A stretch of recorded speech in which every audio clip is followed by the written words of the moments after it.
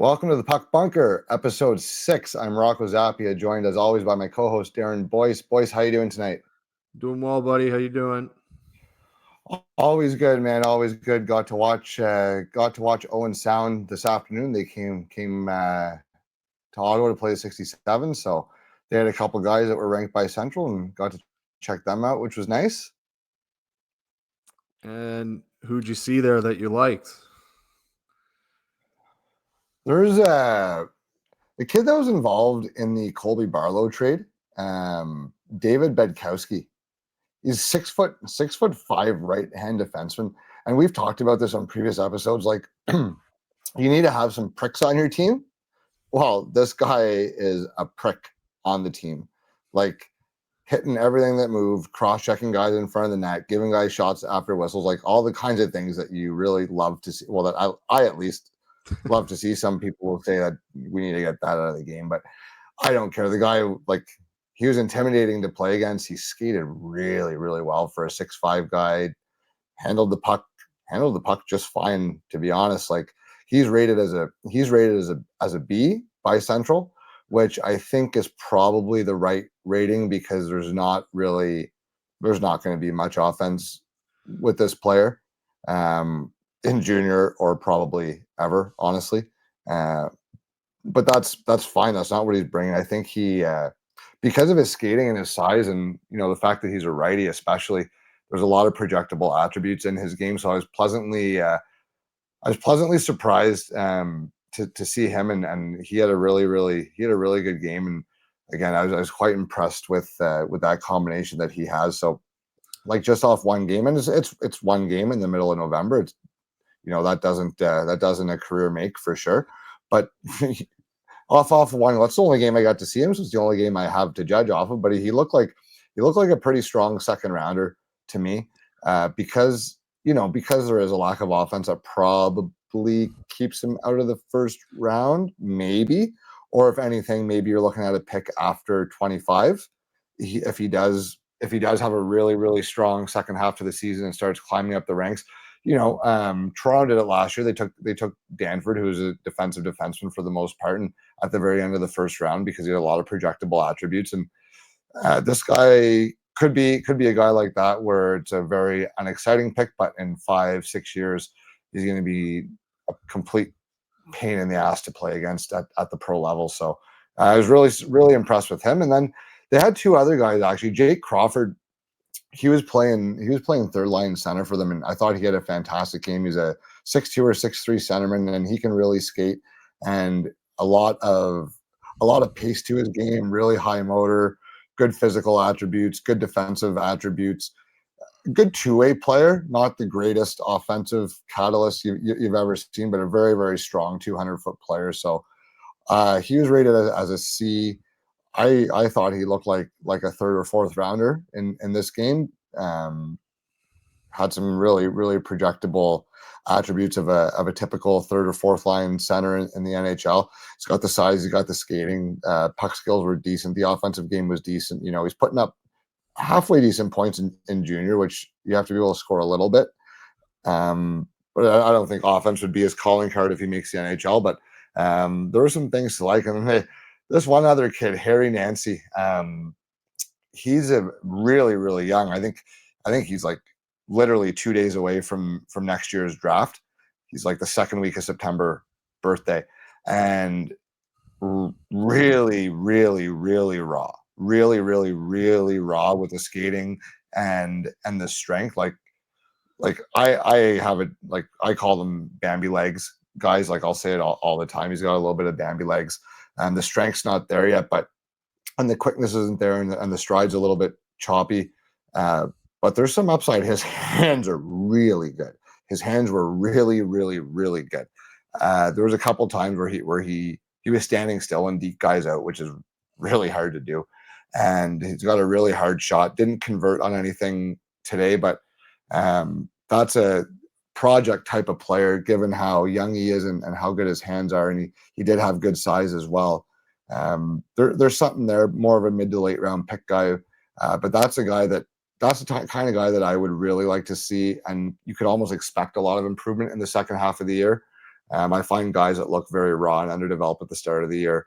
Typically, as the year goes on, you'll notice a big change in their game. But he stood out a couple shifts, and they had a couple other guys that had some good games as well. But those are the three I wanted to mention. Well, what's noteworthy here is that I guess just for everyone to know, we're going through the A prospects here first in our analysis and that. But after we see some of these guys, especially some of these B's and C's, and if we like them live, we're going to look at them further, right? And therefore, that's, I mean, you say you've only seen this guy once, but now you're going to go back and watch him again, and that's going to, then you're going to be able to see, what you're looking for, and if there's anything else you might have missed in a live viewing, and then kind of go from there.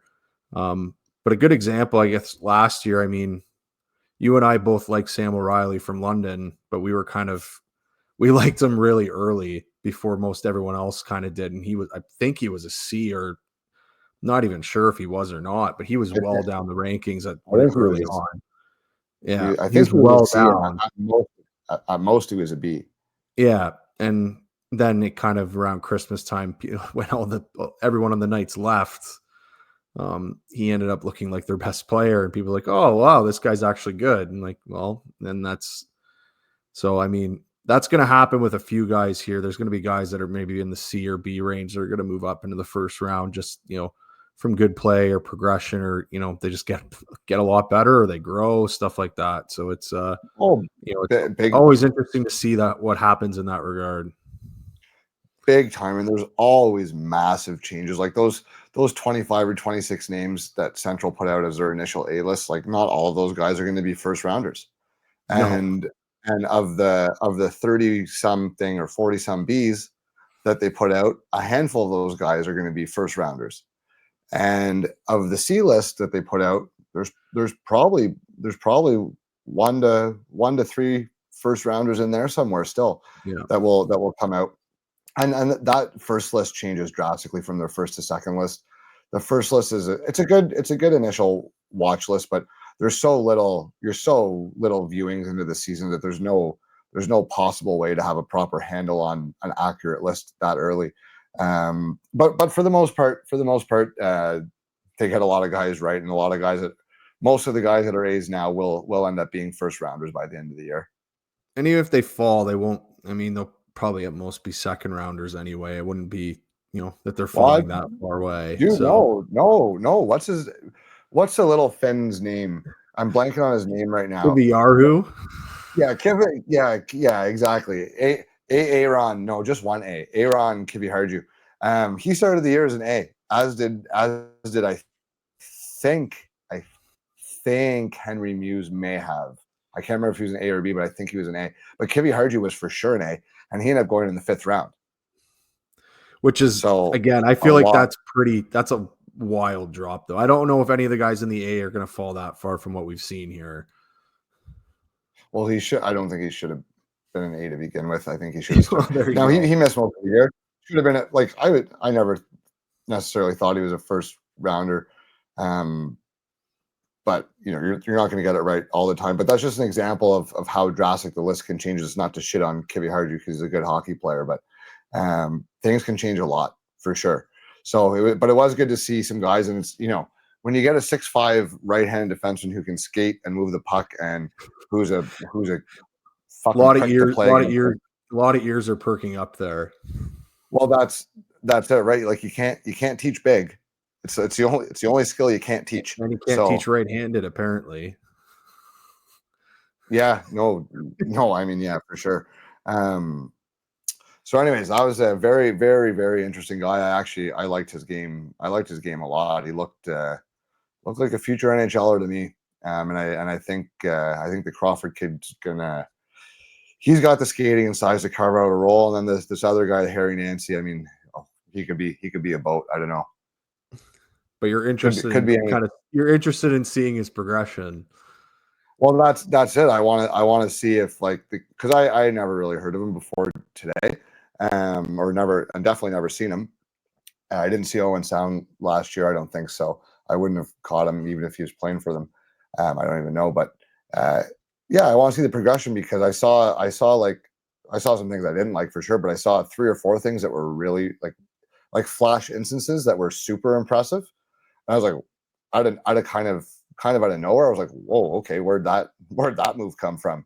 So I want to see if a guy like that can add a couple more elements to his game, because I do think that there's a little bit of upside here as a player. But this is the kind of guy that people talk about as a project, because he's so young. He's a little bit raw in his strength and his skating.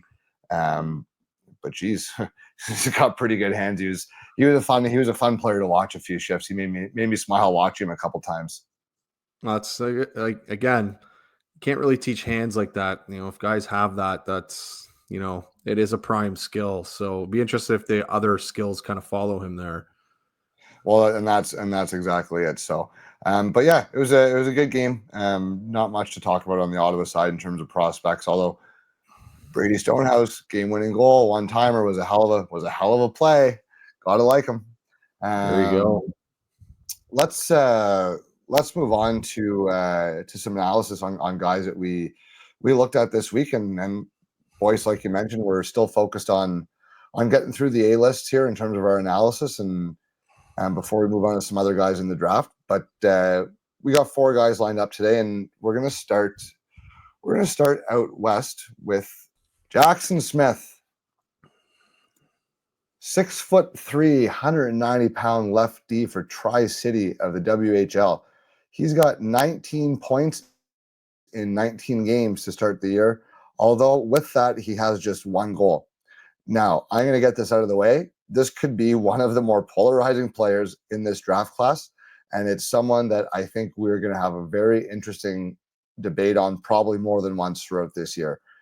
He is what I would describe as a high event hockey player. There is a lot of things happening on the ice out there when he's on the ice, and a lot of them good and some of them bad. But there's not a ton of quiet moments when he's out there. I've seen some debate about his skating. To me, I actually like it. I think his top speed is above average, and I think with some added strength to his lower body as he fills out a little bit, he's not going to play at 190 pounds at 6'3" in the NHL. So there's going to be some added strength. I do think that will help his top speed. But one thing that I think, I'm confident is that his edge work and his lateral mobility and his agility are all very good, especially for a guy who is 6'3". Now, his shooting ability, kind of meh.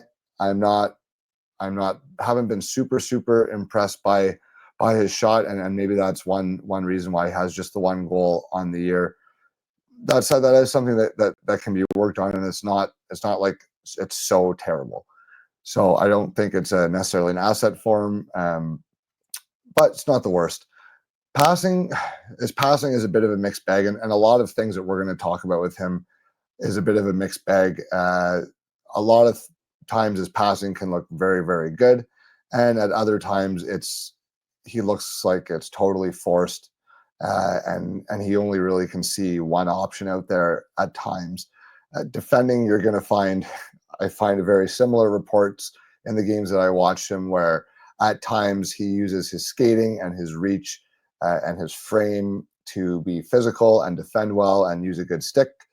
And other times he can be completely off his man or puck watching or let a guy sneak behind him without getting checked. And you just wonder if it's the same player out there sometimes.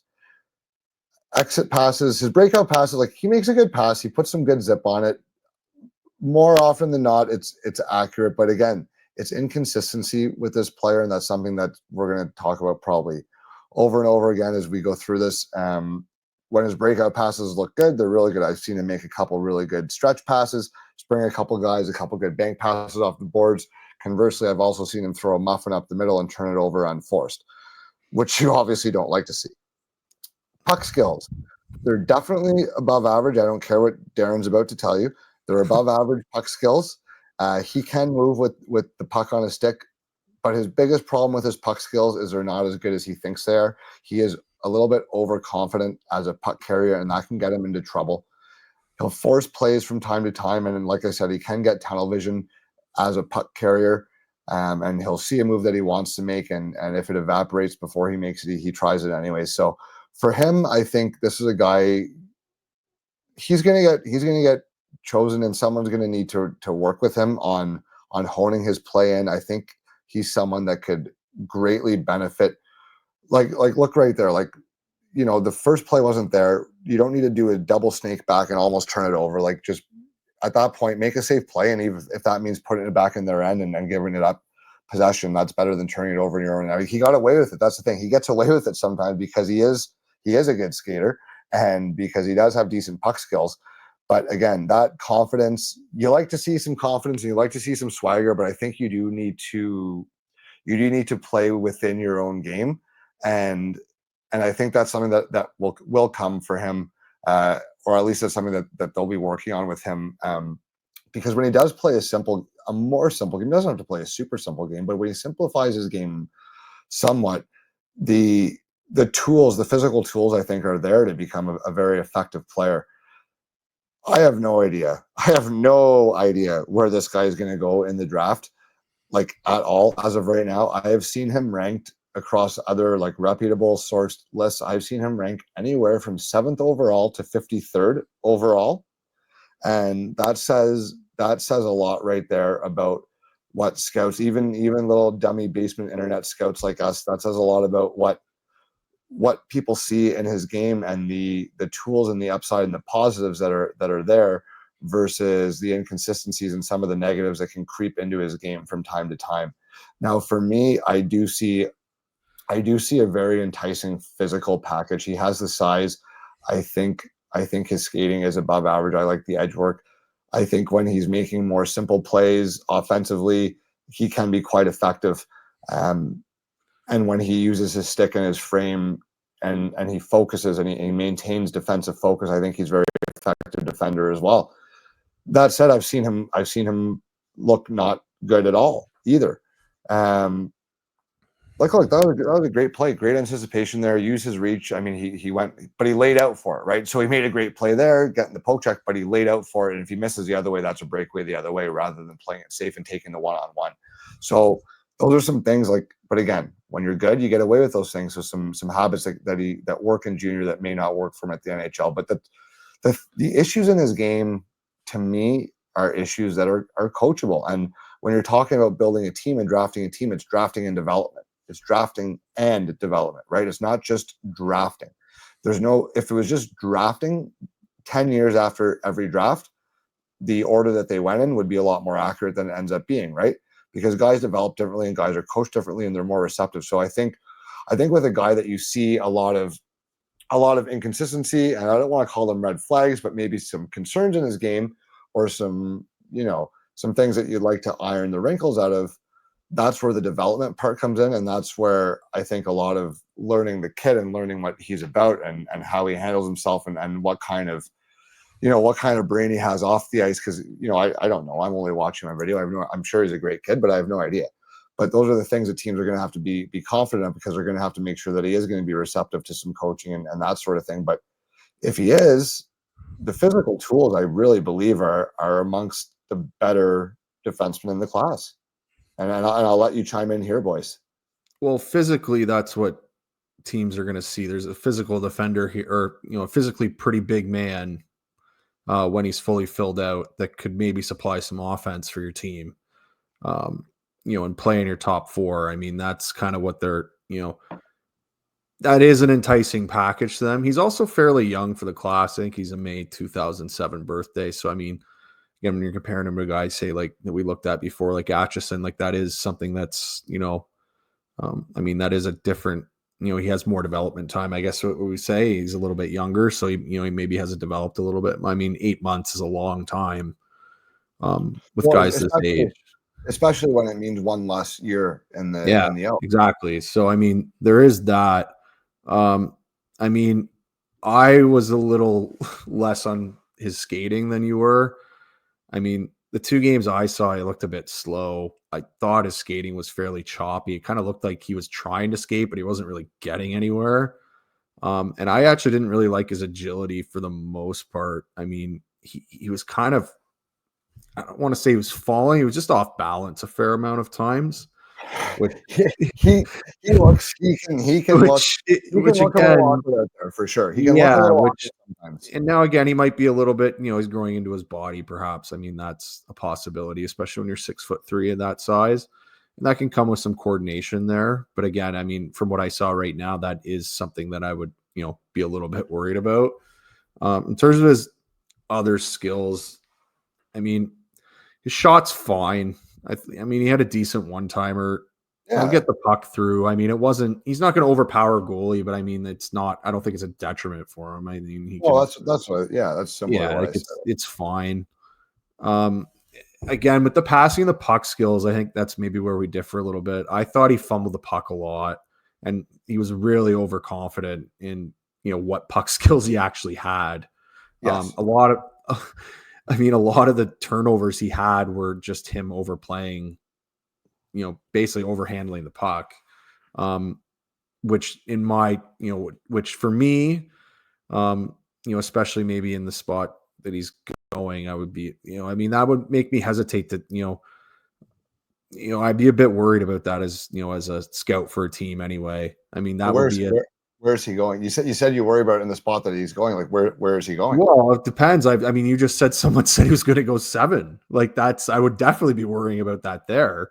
I wouldn't be taking him 7. That's for sure. I don't think he's going to drop to 53 either. No, but that he's 6'3" and plays top minutes for a WHL team. I don't think he's going to go 53. But I mean, even when he passed the puck, like, I didn't like the decisions he made passing it. He wasn't really making the simple play a lot of the time, which is what, coaches really kind of want to see. And so that makes me kind of worry again when he's, going to the next level. If, he's going to have to play a simple game to make these rosters. But coach him. Well, yeah, again, that's he's going to have to get coached to do that. Now he's going to have to do that. And then we're going to have to see some progression there for me to want to move him up in, my rankings anyway. I mean, defensively too, I thought he was fine. I mean, he does have a pretty active stick. He's pretty strong. He's a bit aggressive in some of his plays. I mean, he jumps. He's a lot aggressive in all of his plays. So again, I'm equating it to a different sport here, but he's kind of like a basketball player that just jumps the passing lane all the time. And if he picks it off, it's great. But if he doesn't, it's literally a bucket the other way. And he's doing the same thing. Like, he's giving it's a 2-on-1 if he misses it. And so that play that you put on there is a good example. Like, he dove to break it up, but it's going the other way and that's 2-on-1 the other way. So, and I think that's a lot of what I was saying though. It's the Jekyll and Hyde, right, with him. And it's can you keep, because the good plays that he makes, they're really, really good. So can you keep those, keep that, and hone him in with the errors and the stuff where he tries to do too much without getting rid of the positives. Well, here's the positive thing though. I think he's actually good when he's in a one-on-one situation. I don't think he's actually bad at that. So if he had a little bit more confidence in, like, I can win that situation, then he doesn't have to jump those passing lanes all the time. He can just literally beat him with his one-on-one defense. Like, it's that he has that ability. Very good stick and he's quick. Yeah. So, I mean, again, I would like to see that decision-making kind of progress as the year goes on, the next time I see him. Yep, definitely. I think that would be, a pretty good area of improvement. I'm sure, again, coaches and other people would be telling him that he doesn't have to be that aggressive to be effective. I think he can be more effective by toning it down a little bit. I think he can be a lot more effective while toning it down, because like you said, a lot of times he's turnover. He's literally just stick handling the puck too much to the point that he fumbles it, right? Yes. And when he gets in trouble defensively, it's usually because he's made an aggressive play at the puck that he didn't really need to make. Right. So, I mean, that part right there, I mean, if you can get him to, tone it down a little bit, I mean, it's fine. He also does create a lot of turnovers for his team by jumping plays. He can, but again, it's the pros and cons of that, right? Is that positively impacting his team or not? Well, it's high event hockey. It's entertaining hockey for sure for a fan. You definitely enjoy watching it. Coaches don't love high event. It'll drive coaches crazy. is like that, and that like that will drive a coach nuts. And that's what you would have to be, again, a team drafting him has to be patient with that. But I do see the downside here is if that doesn't improve, or, if that's his tendency, he's going to have some trouble with, teams, again, if he's not on your top pair, or if he's playing a 5-6, like, is a coach going to play him there, or are they going to take the veteran who they know isn't a high event hockey player? I don't know. I don't know that he's a great fit to be a 5-6. Well, then there we go. So that's, and so they're like, I mean, that Like, is a bit, that's a bit of an issue though, right? Like for me, he's going to be like, he's got to be a guy that would be ideally probably your second pair puck mover and runs your second power play. Yeah, but I don't like, even with this in an ideal world. Yeah, but even with his power play skill, like, I didn't see him when you He watch walks, a good he walks the line well. He dishes it accurately, like in there. He does, but he doesn't move the puck quickly. Like, that's, and when you see guys like running a really good, again, an OHL power play, the best guys really get that puck moving around quickly. Like, there's no For sure. waiting on decisions. And even walking the line, yeah, that's good. But it's, and I'll point to a guy like Perek, right? Like, when he runs a power play, that puck gets wheeling around. And that's, kind of what I want to see from a power play unit. And I mean, he's on a power play in the dub. Like, I mean, he's 17. So, I mean, he's really young. He's being fairly successful. But again, it's hard to be on an NHL power play as a defenseman. Like, you have to be, like, those are top end offensive guys from whatever league they've come from. Yep. So, but he's I don't think his shot's really threatening enough on its own. So he would have to be more of a, have to be a facilitator on the power play. So, I mean, I don't know. Shabbat does it. But I feel like Shabbat's a little bit. I feel like Shabbat's a bit of a better skater than him, maybe. Like, yeah, no, not direct comparable, but he doesn't shoot the puck great. He never has. No, and again, that could improve. Like, I mean, talking about a 17-year-old. I mean, I'll go with my London experience here. Like, Sam Dickinson wasn't really in a offensive role at all when he was 17, and now he's scoring hat tricks every game. So, like, it's. Wow. But you know what I mean, though? Like, it's like he can get better. And that, again, this is what I would want to see. As of right now, I'm not sold on him being a power play guy. He definitely has more offensive upside than some of the other guys we've looked at, for sure. Like, I don't think a guy like Merca or even Fiddler really have that much offensive upside really at all. I don't really see the power play upside in them. I mean, at least there's a chance here that, there's a guy willing to be offensive here. Is, I guess, what you want to say. He needs to pick his spots better and get more, experience, I think, just knowing when to look for offense and when to not. But I mean, there's definitely a willingness to do that. So, I mean, and again, he'll get more reps, so he could get better in that regard. But yeah, I mean, for me, I'm a little hesitant just in some of those, his things he's not so good at right now. I wouldn't have him in my top 10. I'm not sure he's like, I don't know. Again, we're going to do our list here shortly. I'd have him again, like around where Fiddler would be probably. And again, it would, I'll have to really think about who I would rank higher. Just because, right shot, whether I think that, I think some guys are kind of more guaranteed to be NHL players than maybe others. So it would be, yeah, I mean, maybe there's I say this with Smith. I think there's maybe a higher ceiling than some of these other guys. There's definitely a lower floor. Do you think we're looking at a first round pick? Yeah, I think so. I mean, he's 6'3". He's a pretty big guy. I mean, he's going to get a decent amount of points this year. I mean, he is impacting winning on his team. Like, they're not. No, they're having a good year. They're like, he's team. Not. And he's on their first power play unit. Yeah, I mean, he's right, exactly. He's playing on a power play, and like, he's being effective on the power play. The thing that I'm saying is I don't know if he will be, as effective on an NHL power play than he would be in a WHL power play. That's all. It's not many are. No, exactly. It's really hard it's really hard to be good on an NHL power play. So, yeah, I mean, that would be what I like. Again, if he's not a top pairing guy on your NHL team, then where are you playing him? And for me, I need to see him improve in some other areas to be more trusting of where to, of wanting to take him around, 20, 25, something like that. Yeah, no, that's fair. And I think it's pretty clear. I like him a little bit better than you do at this point, which is pretty common, I think. Yeah.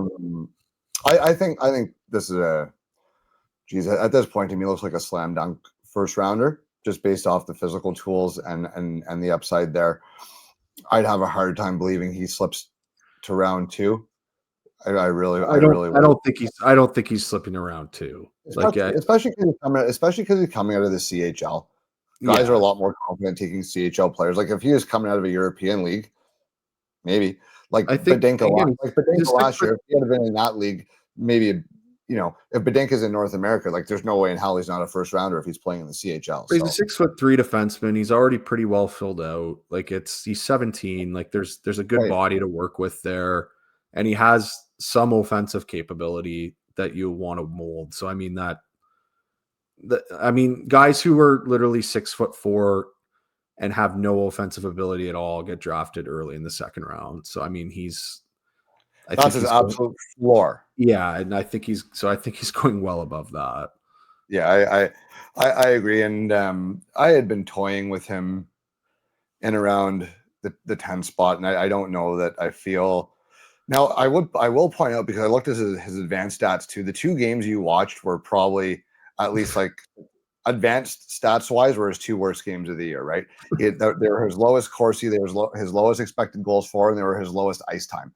And I picked 2 of his. I happened to pick 2 of his better games, and that was just perfect. That's perfect for analysis right there. Yeah, but that just happened to be coincidence. Like we didn't plan that. It just so happened, and I looked after the fact. I'm like, why is Boyce not like this guy as much? And I looked at my okay, well, he picked what appeared to be his 2 worst games, and the highlight package that you had sent me from those games. He didn't look great in the games that you watched, and then I happened to pick 2 maybe of his better games. So, but that happens too, right? Like, guys can be completely different players on any given night. So depending what you see, it's going to change your opinion of them. So, that's Jackson Smith, and I'm sure we'll talk a lot more about him as the year goes on, and he either improves some areas or conversely, if he doesn't, and we have to be a little more concerned. But I'm going to let Boyce present someone now, and we're going to start in the NCAA if that works for you, and I'll let you take it over here and introduce your guy. All right, so we are going to talk about Cullen Potter, and he is a 5'9", 168 pound. He's listed left winger center, and he plays for Arizona State University. So great university to play for. I really respect that decision from him. So he's a January 10th, 2007 birthday. So he's 17. And as of right now, at Arizona State, he's played 12 games. He has 5 points. And he's a -6. So, I mean, he's pretty young to be playing in the NCAA. And he's not lighting it up. But from the games I saw, I don't think he's been in over his head. I think he's been pretty solid. I mean, he's definitely held his own. That's for sure. Especially as a smaller guy too. So I think that's just on that level itself. You're pretty happy to see that he's jumped up to an older level and done decently well. Skating with him, I mean, I think it's above average. I mean, he's playing older guys. I don't see how his speed is really causing a lot of problems to D at that level, but I mean, he's not really losing foot races either. I mean, he definitely looks like he fits out there. So I think his skating is fairly good. I actually liked his agility a bit better than his speed. I thought he was quite shifty, really good, with his pivots and everything. I mean, he was in backwards in some situations, covering for his defenseman, and he actually looked pretty, comfortable that way. Really good stops and starts, things like that. So I like that part of his skating. I think with his shooting, I think there is a decently hard shot there. I mean, his wrist shot was decent. He created some rebounds on NCAA goalies, which was, which was good to see. There's definitely some finish in close to some ability to, finish when he's in tight spaces down there. So I think there is, there is some skill there as well. With his puck skills, I mean, I'll say one thing. They have been playing him at center a bit. I don't think he's a centerman if he's playing in the NHL. I think he's getting hammered in the faceoff dot at the NCAA level. I think he's maybe closer to 40% the dot. So he's not doing too great in that regard. But in terms of his other puck skills, I mean, when he is at top speed, I mean, he's really shifty. He's difficult to get the puck off of. Even when though his reach is short, he still moves pretty effectively, which is interesting to see. He manipulates space on rushes, and again, as I said, good hands in close. So I mean, he's got decent puck skills. I mean, when his passing skills, I think, are very good as well. He moves the puck well in the power play. He finds seams, good skip passes. He's competent passing off both forehand and backhand. Makes good, simple, quick passes as well. Makes pretty good rush decisions. I don't think he usually tries to make the complicated play. It looks kind of professional that way, where he, is making the good, simple play, that's getting the puck into the zone. So, I mean, that's good to see. One downside a little bit, though, is he does look a little bit perimeter oriented when he is in the offensive zone. I mean, he is a small guy, so I don't know if that's totally surprising. But again, and that fits with his offensive hockey sense too. I think there's some ability to find, open teammates. I mean, he doesn't really panic a lot. He doesn't turn it over, making high risk plays. Just overall makes pretty good decisions. Defensively, I liked him actually. He was a pretty solid forechecker. He used his speed and get in positions to take away options for the opposition's breakouts.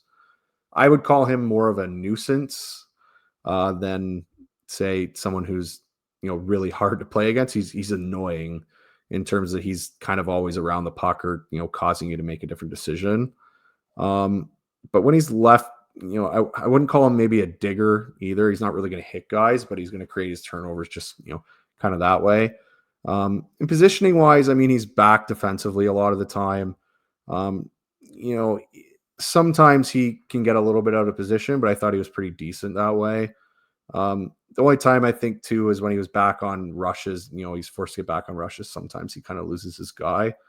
But overall, I thought it was pretty decent. I thought that was a solid skill for him, especially for a smaller skill guy. It's good to see that he does have some decent defensive hockey sense. Compete. I mean, I thought he worked hard, but the problem is that he's just a lot weaker than a lot of the other guys out there. Some clips here of him kind of getting hit, and he just he can get knocked off the puck pretty easily. So I'm not sure if he's going to really be a tough guy to play against in terms of that. And when he gets late in shifts, you can tell he's getting a little bit tired. So, I mean, that'll improve a little bit as he goes. And again, the physicality didn't really see much hitting in general, but there were some instances actually where, again, he got to go the whole game now without trying to hit a guy, and then all of a sudden he would actually knock a guy down. So, I mean, maybe there is some evidence that he could get a little bit stronger because he does have a pretty low center of gravity. So maybe there's evidence he could there is some evidence that maybe he could play against some bigger guys. So, I mean, overall, I think there's some above average, qualities with him. I mean, he has some offensive skill or some defensive skill here. I mean, he makes a lot of good plays. I'm really worried about his size. Especially with a smaller guy, I like to see a guy that's really hard to play against because those are the ones that tend to be successful at the NHL level. They're the guys you would call pricks to play against, basically the Brad Marchands of the league, or, even like a Jonathan Marchessault type. So that's kind of what I'd want to see a bit more out of him. But I mean, in terms of some of the other prospects I've seen, like he is playing in the NCAA. He's playing in an older league. He's not afraid of anybody. He's playing fairly well, even though, I mean, again, he only has 5 points in 12 games, but he's not playing at a top program. And they've played some good teams, and he's played really well. The one game I viewed, they were playing Michigan, and he was great in the third period. I mean, and Michigan always has good players on their team. So, I mean, He looked great. So I mean, there's definitely something here. I mean, I think NHL teams will be worried again about his size. If I had a pick in the second round and he was there, I'd be very happy to get him. I think there's, definitely something you'd be happy. I mean, there's some high upside, I guess, with that, but he also might not play. So I don't know what you saw, but that's my analysis of Potter. I think we agree on him for a good chunk of what you said. I really usually don't like small players. I honestly really don't. And I had a hard time disliking this kid. He did a lot of things in a very pro style way. I thought he brought some high end offensive skills to the table, but in a very simple and effective type of approach. I think he's very skilled, but not fancy. And that's honestly what you want. Because look at Zegras as an example. How far does fancy get you when you're playing the best in the world and they learn your tricks, right? So, but I thought this guy brought a lot of high end skill without bringing the fanciness that you often see with really small skilled players. A lot of times that goes hand in hand for whatever reason. But he brought effort level. He had a high motor. He plays with a lot of pace. He has very quick feet. I agree with you that his shiftiness is much better than his top speed, but I do think his top speed's an asset for him as well. I thought he looked great against bigger, stronger guys, which is what he's going to have to play against. But he's been playing against bigger, stronger guys his entire life, right? So if you can get that little bit of that little fire hydrant mentality or the brick shit house type of mentality going, where you're small, but the center of gravity is there and you're strong, and I don't think he gets knocked around too much, right? He's not crazy. No, he's not getting like hammered around a lot. It's just there's times where you can see it where he just kind of gets knocked off a puck and it's a little like, okay. Yeah, I mean he's small. And that's going to happen, right? But he doesn't. I think he does a good job of controlling what he can control, which is how he plays the game and his skills, right? I think he has a plus shot. He's a plus playmaker. He's definitely plus in the hockey sense department. I think at both ends. I think he does a really nice job in the defensive end especially for an offensive driven player. He's mindful of his responsibilities, and I think he knows at 5. I mean, he's listed 5'10", he could 5'9", 5'10", whatever he is. But I think he knows as a smaller guy that he's going to have to bring more elements. He's going to have to find a way to bring more than a guy who's 6'2" is going to have to. But I think he knows that, and I think we talked about Jackson Smith needing to learn to play within himself. I think Cullen Potter does a great job of playing within himself and recognizing what skills of his are going to get him far, and gravitating towards those, and being mindful of not getting himself into trouble by doing too much. Like I didn't see him have too many turnovers. I thought he was pretty careful with the puck, which you like to see, again, especially from offensive players. He was careful with the puck, but he was still creating chances. So I mean, that's right.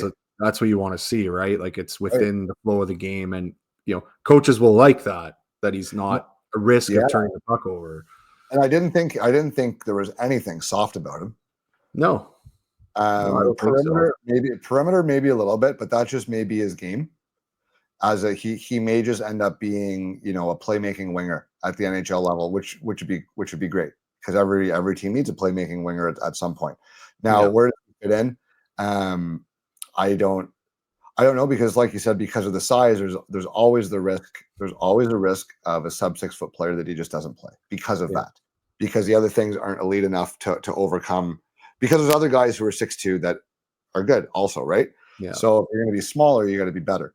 And I think he is better than a lot of guys bigger. Like if this guy was 6'2", we're looking at it picking the teams, I think. Maybe higher. Yeah, and he hasn't put up tons of numbers yet this year, but you know what? Hagens hasn't either, and we're still talking about him at the top. So like the NCAA is hard. It's hard to score in that league. The scoring's generally lower. And it's hard to adjust for a 17 or 18-year-old going into the NCAA. Like, there is an adjustment period, and I think we'll see probably an uptick in his performance statistically over Christmas. But I did feel like he was creating, and he was a lot like we talked about Jake O'Brien. He was creating without getting rewarded with the points. I feel like Potter is having a lot of the same things where he's creating a lot, but for one reason or another, they're either not going in the back of the net for him or his teammates aren't finishing. So actually, the analytics back that up, because he's been a positive Corsi player every game but one. So that's kind of noteworthy that the analytics kind of say that he has been a positive player. And so this guy will be kind of fascinating to see where NHL teams take him, because you'll have the analytics department saying this guy's a top 20 pick, and then you'll be looking at him physically. I'm like, I don't know. Yeah, no, I completely agree with that. Now to me, I don't see how he would get out of the second round. Like, he'd have to really suck the rest of the year to play himself out of the second round, because I do think he has so many, aside from the size, he has so many projectable NHL tools and traits right down to the details of his game. Again, you'd like to see him get to the middle of the ice a little bit more than he does. But other than the size, that'd be the one critique that I have, is I'd like to see you get to the harder areas a little more assertively.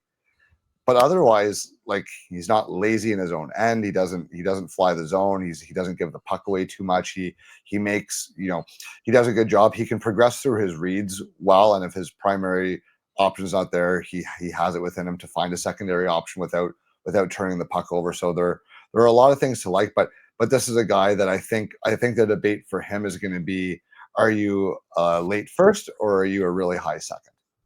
So just looking at where some of the guys have ranked him, it's from 13 to 50. Yeah, exactly.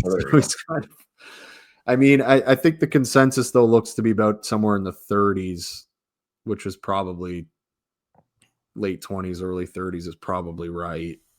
Yeah. But he's also a guy, too, that could play, in an under 18 tournament, I guess. Can he still play? Yeah, he could still play. He's right? He could still play in that tournament, right? Yeah. So he could play an under 18 and be, have a good tournament.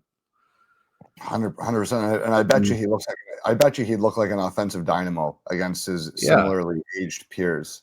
Honestly.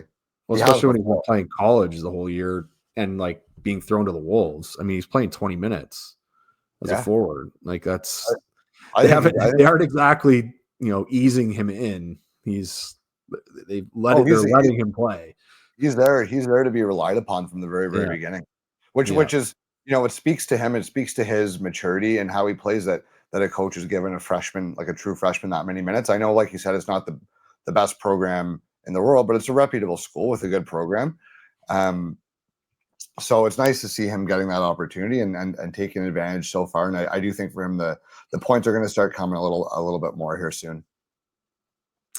I mean, I'd like to see them come. I do like the player, though. I think I would definitely be targeting him. I mean, again, if I had picked 33, I would be, quite interested in taking him. So that probably means other teams would take him before that. But I mean, I would have some interest there, because I don't know how much more offensive upside you're going to have in that spot. No, probably not much. There'll probably be a bunch of picks between him and the guy right before him who had similar upside, right? That was maybe 6'1" or 6'2". Like, offensively, like, his skills are their first round tools. Everything except his stature, honestly, is a first rounder. But that might be enough to keep him, to force him into the second round. But if you get a guy like this in the second round, you're excited, because if he hits, you just got a first or second line player in the second round. Yeah. And that would be why you take that swing, because there's a high upside swing here. Oh, exactly. So Cullen Potter, guy to keep an eye on, and the U18s will be big for him, I think, if he ends up going that route, or if he gets the opportunity to play there. I think that could be big, to get to see him, head to head against his true peers. But where he goes will be a reflection of team values.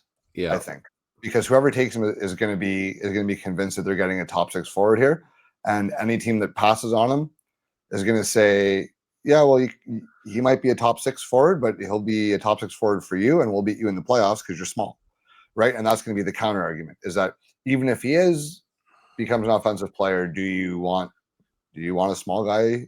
Do you want a small guy? Would Pittsburgh take him?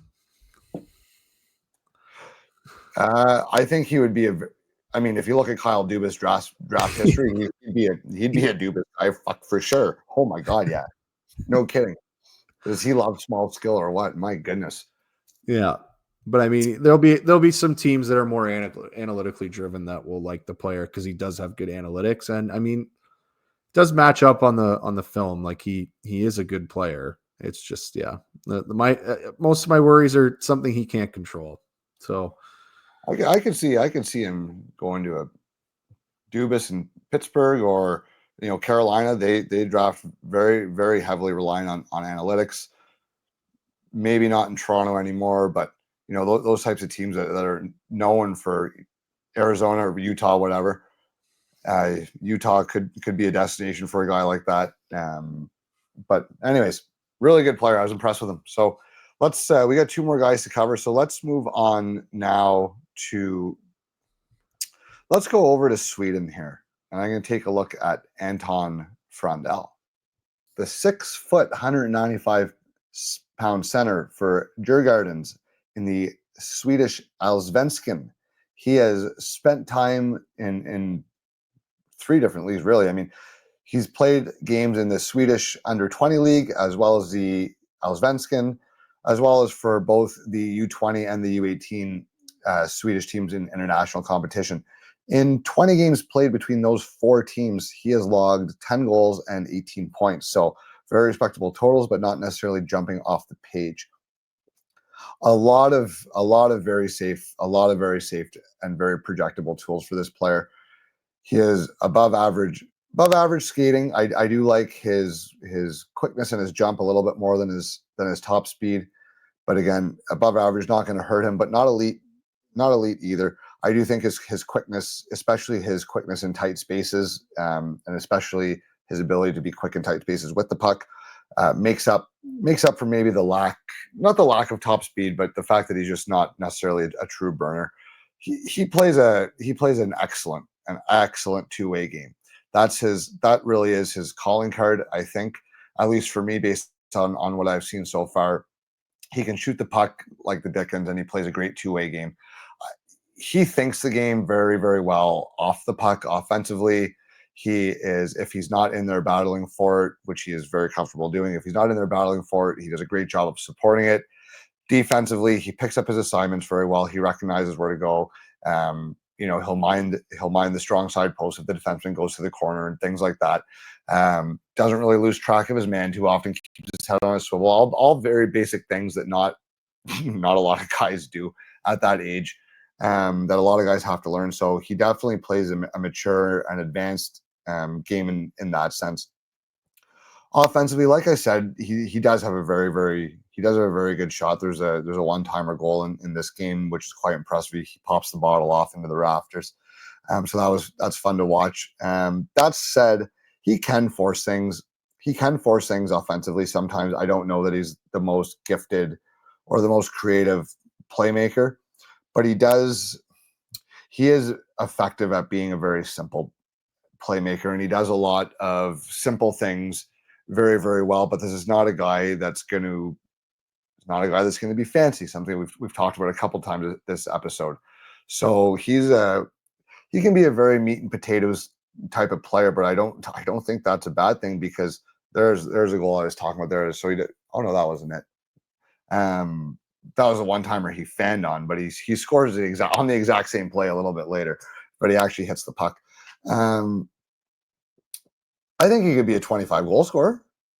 I don't know. There is a goal. I think he'd be a 25 goal scorer. I don't know that he's going to be a 35 goal, 80 point player, but I think he could be 25 goals and 50 to 60 points. And I think he could be a really, really effective second line center. I don't know that I see a first line center here for a couple of reasons. The offensive ability is not truly elite. And if the offensive ability is not truly elite, I would have liked him to be a little bit bigger as more of a defensive minded first line center. Typically, the guys who are excel in that role, if they don't have the 90 or 100-point offense, they do have a little more size to make them a little more effective in their own end. So that's kind of something that makes me feel where his upside might be a little bit capped at a second line player. But again, a lot of time between now and the draft, and a lot of time between now and his NHL career. So I don't want to sound like I'm low on this player's upside. It's just I just haven't yet seen something that would make me scream, okay, first line franchise center. Now, that said, I don't have any red flags in his game. I don't have anything that's a massive weakness. I don't have any huge critiques. I don't have anything that's a complete turnoff with him either. So he's a plus. He's plus assets across the board here, which makes him very projectable and very safe in that sense. And he's again another guy in a long list of guys we're going to talk about this year that seem to be very, very high floor players. But this draft is maybe lacking a little bit in terms of elite offensive talent. That's not something that I necessarily see with this guy. For me, like I said, I can see him projecting as a very good number 2, and at absolute worst, I see an elite third line center. So this is a very, very, very good player that plays the right way and can probably help you win some games. It's just a matter of figuring out where he slots and what the offensive upside looks like, because that's going to drastically affect where a team might take him. If they're convinced he could be a 75+ point player, now we're talking maybe at the edge of the top 5. If teams think he's maybe more of a 50 to 60 point guy, well, maybe now the debate is somewhere in the top 10. And there's some differences in the game, but I think we're going to talk a lot about, you're going to hear a lot of similar conversations that you did with Consta Hellenius last year, where he plays such a projectable, mature two-way game, but he's not the biggest, and he doesn't really necessarily have a ton of elite offensive upside. And he got talked about all year as a very, very high pick, and then slipped to 14th overall, right? Because it's like, okay, well, what's the upside? And yes, there's a lot of safety here, but within the top 10, we're looking to change our franchise, and he may end up becoming more of an excellent support piece, which is still a very, very good player.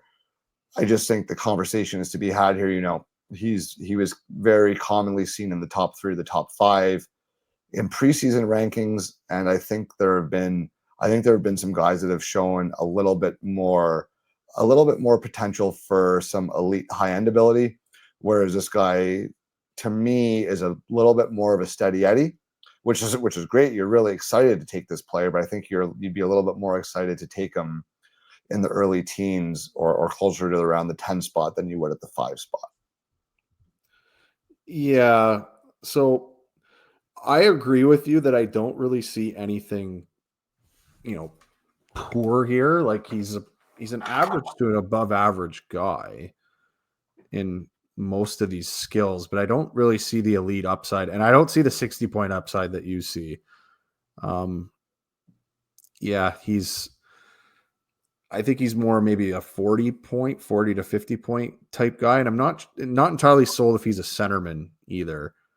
So that I would be, a little bit more. I guess maybe I'm taking the downside a little bit more than you, but I mean, skating wise, he moved fine. Quickness, I thought agility was fine. Shot was above average. I mean, he was defensively quite well. He competed well. Physicality. I actually liked his physicality, even though he's not a huge guy. I mean, he kind of plays like a bowling ball, and he can out-muscle pros at a young age, which is already pretty impressive. Yeah, and I don't know if I touched on his physical play, Yeah. but I did like that aspect of him as well. Yeah, like that. I mean, he's 17. He's a 2007 birthday, so I mean that part itself is good to see. And speaking of his skating, I mean, again, I thought, speaking of quickness, agility, and that, I thought he was a pretty strong base for a skater. It was kind of hard to knock him down, which is again another thing he's almost 200 pounds already. Like he's 190 something pounds already at 6 foot. So I think this is, there is a lot of safety in this player. The only thing, again, maybe the downsides, didn't see a lot of creativity. or even, his puck skills. I thought, I mean, it's just nothing's really exciting you, but it's not a detriment to him. I mean, he makes some good passes. Yeah. So the guy can play. Again, I don't know what the offensive upside is compared to, a couple other guys we've looked at here, like a Jake O'Brien. Like I see upside there, right? Like I see offensive upside with that type of player. I'm not sure if this is a second line guy or not. Like that's kind of where I'm at. So, yeah, I mean, I like the guy. It's certainly a guy I would probably. I don't think he's closer to maybe 15 than 5. From what I've seen from him, but I mean, he is playing some pro hockey in the Allsvenskan, and it's almost the opposite of Smith. It's low event hockey. It's not hot. Very, very not low. much is going on when he's on the ice. Either way, like there's not a ton of offense, but he's also centerman. As a young Yeah. centerman playing in that men's league, the fact that there's not a ton going on in his own end when he's on the ice is a huge compliment to his game, I think. Well, the defensive side for sure, but I mean, on the other side, he's not driving play a lot. So he shouldn't be at that level. No, but again, I'm just, I understand, but I'm just pointing out again, just, where we're at with it, right? He's not like he's lighting it up. So that's, what we're a little bit, into. And I looked one of those, Now, did you not think that the video I showed that he looked better, and like that was from the recent, like that Five Nations thing? Yeah. Do you not think he looked better there against his own age group than he did against the games that you watched in the men's league? I mean, he definitely looked more physically dominant at that level. I still saw some of the same issues I was worried about, though, which is more the passing and the playmaking and that type of stuff. I just don't know if that's like, I don't know if I see a 60-point NHL player with it. I don't know. No, and I'm not sold yet either. But if we're talking about some of the, like, again, if you look at my reports, it kind of had the same thing. Like, again, one's a pro game and one's an under 18 game. It was kind of the same. I mean, I didn't see him blowing by guys at that level, at the U18 level. What I saw was a guy who was definitely stronger on his skates than a lot of the other guys out there, but I didn't really see him blowing by guys. No, now one thing for me too that I've kind of think about, and I kind of not worry about, but I consider it when I'm making my list, is their weight. How heavy are the guys? Because how heavy they are is often, especially for younger guys, like we went through it. Guys develop at all different rates. Like there's guys that are men at 15, and there's guys that aren't men till they're 25 physically, right? Yeah. And him being 6 foot, 195 pounds, like dude, that's my size, and I'm 35, fully developed adult male, right? So that kind of makes me wonder a little bit, okay, how much developmental runway is still left here, or did he develop earlier than guys, and that's why he looks really good? Because there's a big difference in a kid development if you're 6 foot 195 versus 6 foot 165, right? That tells me, aside from genetics and body type and blah blah blah and all that stuff, because there's it doesn't apply to every player. But as a general rule, if you're a little bit heavier when you're younger, you're probably a little bit more advanced in your physical development. So, well, I don't know how much bigger he can get. Like that's it. Yeah, like that's it, right? That's what I mean. You don't have that runway you might have with some other guys we've looked at, that they can put on weight and become a stronger presence. And therefore, that's why my worries are more lie in the way he computes the game and how he handles the puck and stuff like that. I think he's kind of clunky with the puck. I mean, he's not bad, but it's kind of, it's not elite. It's not fluid. And even when he, and he shoots the puck, and he can shoot the puck, but I don't see it being, even if, speaking of guy, what's his name? William Moore, we looked at, right? Or, he kind of had some parts of his game that we were concerned about, but he did have the shot, and I think he has a better shot than him. And that's, so I don't see Frondell as a top 10 pick that, some of these other pundits do see. I I do see a safe pick that some team will definitely be taking in the first round somewhere. I love how you hammer on the pundits. Yeah, well, I am. We are pundits now. We're our own pundits. But right.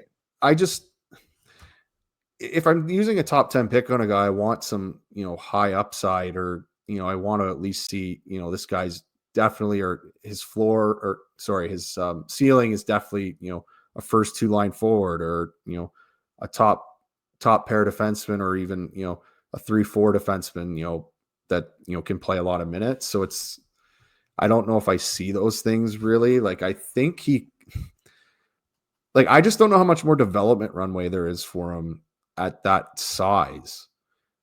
Like, he won't be able to play the NHL at 210, or 215. It's going to slow him down. It could. I guess I'm assuming there, but I feel like it would slow him down.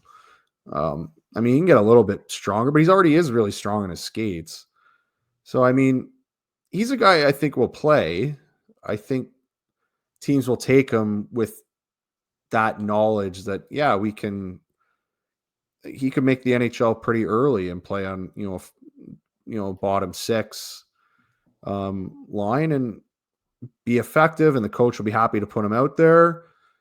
But again, it's that offensive upside. Maybe that comes with more reps, but I don't see it yet anyway. No, and that's fair. So I think we have some pretty similar thoughts and concerns. Yeah, I do think that there's more than a 40-point player here, but again, if he is already more developed than other guys, that may stall out. But again, I do think, like you said, because of the way he plays, he could probably play sooner than later, which will bump him up a little bit, because there is so much safety here. Like, you're getting an NHL player. You're getting a guy who's going to play in the league for some time. One thing I would say is, if he did fall and you get into the playoff teams, one of those automatic pick. pick. It's an automatic pick for them, because they can utilize him on a cheap contract. Like, that's big time. Speaking of the finances of the league, like, that would be, oh wow, we can play him. He's a prospect, but we can bring him up early and he'll be effective for us. No, I agree. So that's Anton Frondell. So we got one more guy to cover here, and someone that we've talked a lot about, and we've been promising a feature on him. Throw it over to you. All right. So we're going to look at Malcolm Spence, who plays for the Erie Otters, and he is a 6'2", 200-pound left winger, and he's born September 22nd, 2006. So he's one of the older players in this draft class. And as of this taping, he's played 20 games, has 9 goals, 14 assists, and he's a plus 14, has 14 penalty minutes as well. So he's been pretty impactful this year. So to start, I like his skating. Rocco may have some other comments about his skating. I actually think his straightforward speed is quite good. He challenges defensemen pretty often, and they do struggle with his speed on multiple occasions. He actually beats guys pretty regularly going up the ice, catches D flat-footed a lot, especially in the viewings I've seen. I've watched him about 4 times now. It's still pretty consistent every game that he's been able to do that. His agility and movement is a little bit behind his speed, or straight line speed. His routes are a bit inefficient. He takes big turns. Stops and starts could be better. I mean, it's still good enough. I still think it's above average. So overall, I do like his skating. I think it is an asset for him. It would just be more that I think he's maybe more of a north-south player than an east-west guy. So I do think his shot is above average. I mean, so last year when we saw him, one of the issues we had with him is that he wouldn't shoot the puck enough.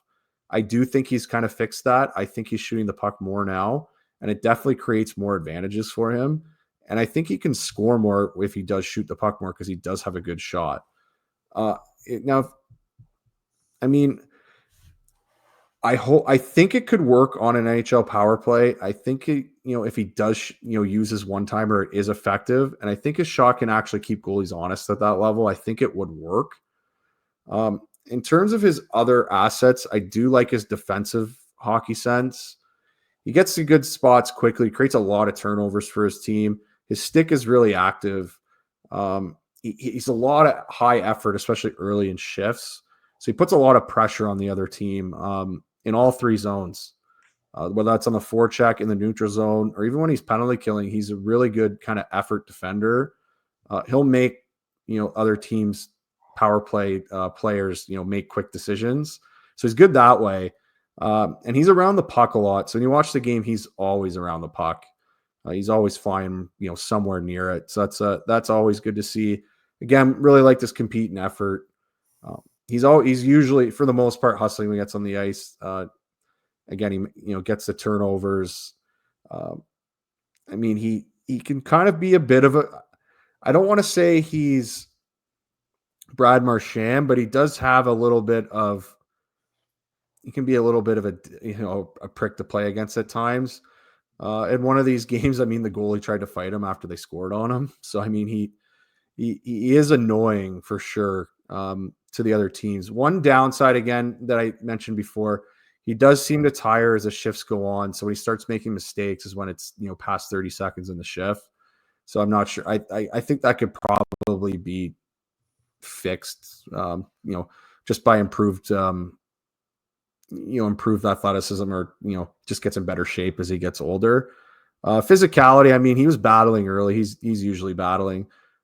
He does look to use his stick to break up plays more than his body, but I mean, he can do that. He's definitely willing to do that. And there's more instances in the more recent games I saw where he was more willing to throw hits. So that's good to see. I do think his puck skills and playmaking are a little bit behind the other skills. I mean, he does have some creativity, especially at the speed he's playing at. He does look like he's going a mile a minute out there. So when he does make plays, I mean, they are really effective because he's doing them at speed. I'm just not sure he can really do them if he slows down. I think that's, might be, something to look at when he's playing at the pro level. I think there's kind of just one way he would go, and it's just kind of all out. He does have ability to pass, when he's in offensive positions on the rush. When he's in the neutral zone, though, he is a little bit panicky. I feel like his feet are kind of faster than his head at times, but for the most part, again, I guess what I would like to say is he needs a little bit more consistency there, but he does still create chances that way. So I think he's probably average to a little bit above average there, but it's noteworthy to say that he's probably gotten better at that since early in the year. His last two viewings we had, he looked really good, and he definitely looked really improved in that area. So after watching him, I actually think he's probably between 10 and 15. I actually think there is a higher floor here. Again, we were talking about high floor guys. So again, I think there's a high floor north-south, definitely third line guy. Again, we've talked about this. I mean, he's got the speed, he's got the size, can play in a lot of situations for your team. I think there's a little more offensive upside than maybe some other guys here. I mean, he's shown improvement in those areas. I like his speed. I think his speed's an asset for him. And I think he can make enough plays at that speed where he will cause, there is going to be some effectiveness at the NHL level. I just don't think he could really maybe drive a line that way just because there isn't really a diversity of his play. But I mean, there is a player here and he's annoying to play against. I mean, he creates turnovers for his team. He's playing a PK. I mean, you could probably move him up and down the lineup, especially, for an NHL team, you could probably play him on your second line and be fine. You play him on your third line, you'll be happy with it. He's definitely a guy. He's actually, I think, grown on me a little bit the more I've watched him.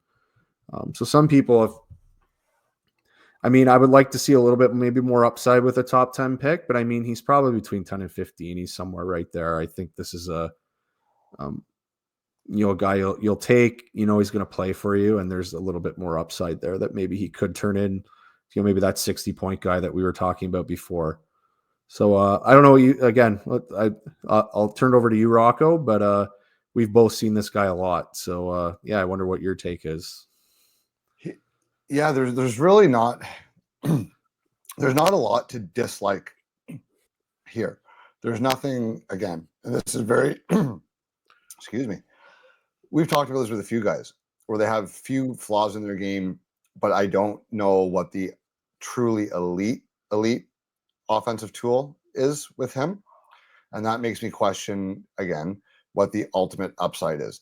Now, I do think I've seen a lot more from him in the last 2 weeks than I had in the first 2 weeks of the season, where I really kind of questioned it a little bit. But I think lately, the last few games, he's making more plays.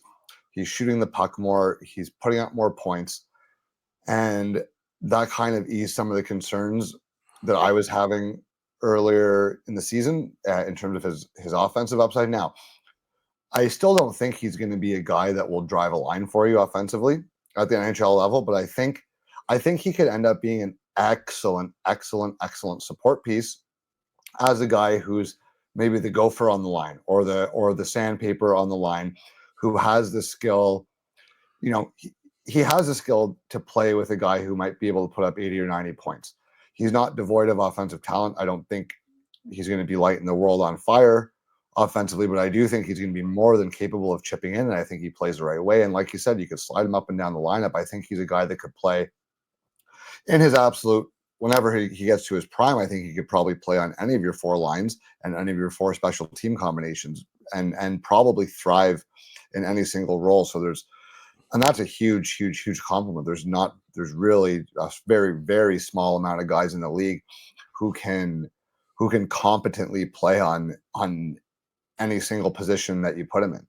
So that's something the team's going to really, really, really like, because there's so much versatility there. There's so much safety.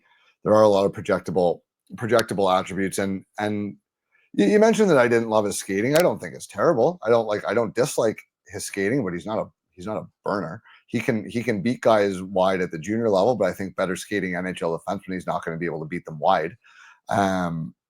So, like, to me, I see a guy who's an above average skater, but I don't think at the NHL level he's going to be more than above average. But above average is still above average amongst the best guys in the world. That's a compliment. It's calling a guy average at the NHL level is not an insult. So I don't want anyone to think that it's an indictment on his game. That said, is he going to put up points like Misa is going to? No, he's not. It's just not his game.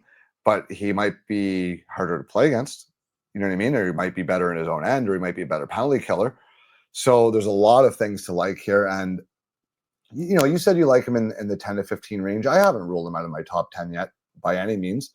I don't think he's, as of right now, he's certainly not in my top 5. But we are working on making our lists, and I've made my list up to a certain point. I've got 7 guys for sure that I know I want in my top 10, but he's amongst another group of 7 that I'm debating for those final. Not that my top 10 final 3 spots mean jack shit to these guys, and they shouldn't. But for the sake of our entertainment, he's a guy that I'm considering for somewhere in that 7 to 15 range would be somewhere that I'd be more happy to discuss him as of this point, because I don't want to discredit the surge he's had lately, nor do I want to discredit his past performance, because he did come into the year very, very highly touted. That said, I think we agree for the most part where this guy's going to go, but I think we're looking at the guy who's going to go in the top half of the first round. As of right now, he looks like in the top half of the first round, because I think what you're getting with this guy. And like we talk about all the time, guys are going to help you win. I think this guy's going to help you win. So comparing him to Frondell, who we just looked at, the thing with Spence is that I think there's more above average skills here than Frondell has. Like, I think there's a little more upside in some of those skills than he has, especially offensively. So I would probably rank Spence ahead of him right now, and that would be my opinion. I don't know if you would, but it would simply be because of that I think there might be a little bit more offensive upside there than there is with Frondell. I have them right now, like, honestly, really, really, really close. Really close. Like I'm going to have to watch each of them additional viewings before I'm even ready to decide. But I do think they're in the same. I think they're in the same range. Now you put a gun to my head. You put a gun in my head right now, and I probably take Spence. Yeah, but I'm not so certain on that it can't change based on a really good viewing or a really bad injury or a cold streak or one of any million of things that could happen between now and the draft. It's very fluid still in my mind, but if I had to pick today, I think Spence would be literally, honestly, one spot higher than Frondell on my list. I just think there's a little bit more upside to play maybe up in the lineup than Frondell is. But again, Frondell. But what if Frondell becomes a winger? Well, yeah, but the other thing you did mention with Frondell that's an issue is that he's been jumping between teams, so that's actually quite hard to do. Like that, you're not really settled in where you're playing. So that could be yeah. And he's been over a point a game when playing with his age group too. Yeah, like well over. Yeah. So I mean, again, these are I guess you're probably not going to see them in. I guess you probably won't see them in the World Juniors this year, but you might see them moving forward. But it'll be interesting to see where they. Frondell, he can maybe crack that team. Maybe, Spence won't. If Spence would be maybe next year, he can make the Canadian team. He won't get the Canadian team's loaded this year for forwards. That's fair. But like with Frondell, Spence and Martone can make an excellent fourth line at a World Junior this year because they're both, you know what I mean. Like that could be an excellent bottom. I guess Frondell could still play at under 18. I mean, again, I said it before. Have a good tournament there amongst your peers. It really helps, especially when you've been playing pro or jumping between levels where it's hard to view you. No, I agree. The international events I think at the end of the year, the U18s will be a big indicator for him.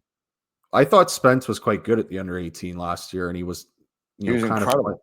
He was unbelievable. Exactly. And I honestly thought he was their best player at the under 18. And he's a guy who can kind of do a bit of everything for you, and he's shown that. So he's a slam dunk NHL player. What more do you want? Slam dunk, can't miss. He's going to play in your lineup, and he's going to play the right way, and he's going to be big, and he's going to be physical, and he's going to be skilled, and he's going to help you win. And the more I say he's going to be annoying as hell to play against. The more I say these things out loud, the more you want to move him up a little bit, because there are so few questions with him other than will he score more than 65 points? I mean, score 65 points and you're a hard player to play against. That's probably a top 10 player. Well, and that's it. So I think that's a great point to leave that for today. So thanks everybody for tuning in. We are going to have one more episode to cover the last few guys that are A-rated by Central Scouting. And then we're going to have our first list come out, and that's going to be a lot of fun to do. So thank you guys for sticking with us. Boycer, thanks for your contributions as always. And we'll see you guys. We'll see you guys next episode. See you next time.